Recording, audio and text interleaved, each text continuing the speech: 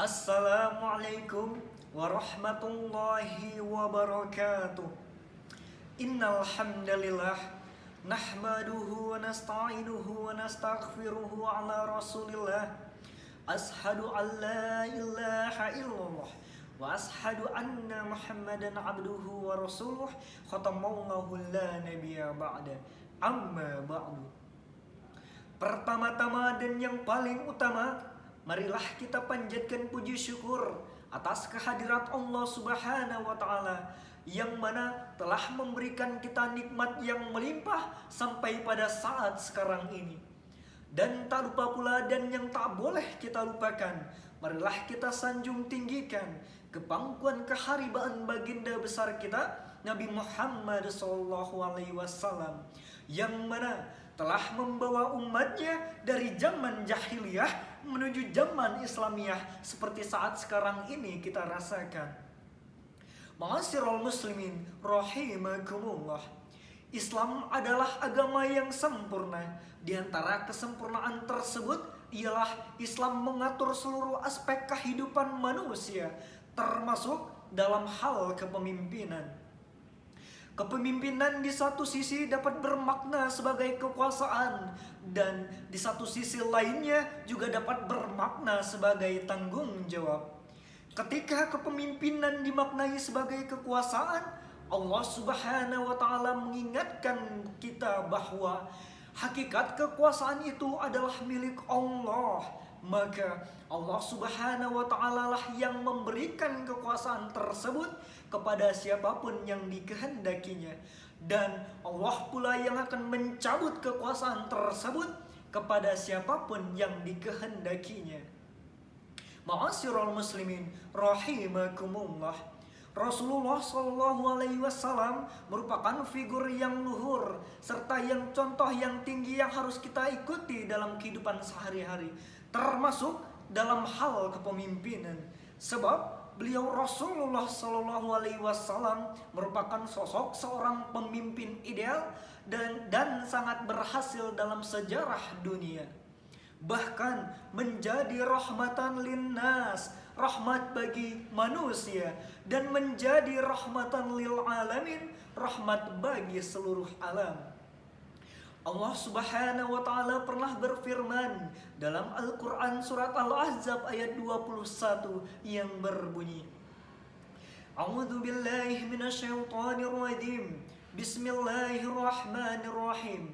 Laqad kana lakum fi Rasulillahi uswatun hasanah liman kana yarjullaha wal yawmal akhir wa dzakarallaha katsira.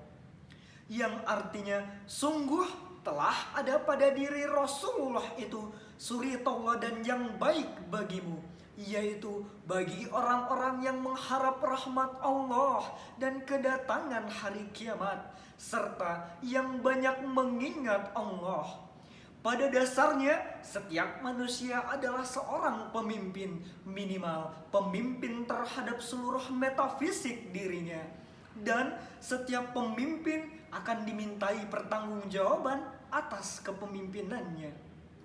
Kemudian dalam Islam, seorang pemimpin yang baik adalah pemimpin yang memiliki sekurang-kurangnya 4 sifat dalam menjalankan kepemimpinannya, sebagaimana yang dimiliki oleh Rasulullah SAW, yaitu yang pertama sidik, yang artinya jujur, yang kedua tabligh, yang artinya menyampaikan, yang ketiga amanah, yang artinya dapat dipercaya, serta yang keempat fatonah, yang artinya cerdas. Selain itu juga dikenal ciri pemimpin Islam, di mana Nabi Muhammad SAW pernah bersabda, pemimpin suatu kelompok adalah pelayan kelompok tersebut.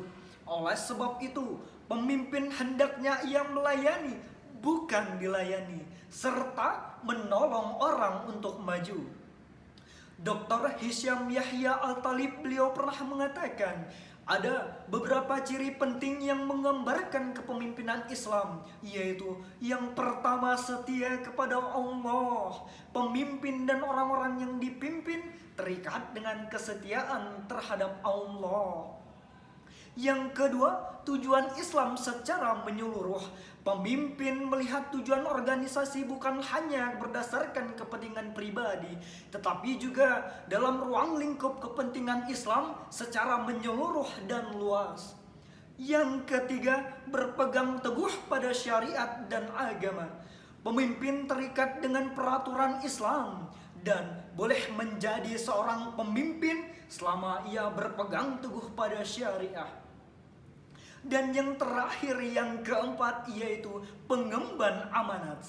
Pemimpin menerima kekuasaan sebagai amanah dari Allah Subhanahu wa Ta'ala yang disertai dengan tanggung jawab yang penuh dan tanggung jawab yang besar. Ma'asyiral muslimin rahimakumullah. Dari uraian tersebut dapat diambil kesimpulan bahwa untuk menjadi sebuah negara yang makmur, maka setiap pemimpin wajib bercermin dan mengambil cara serta strategi Rasulullah.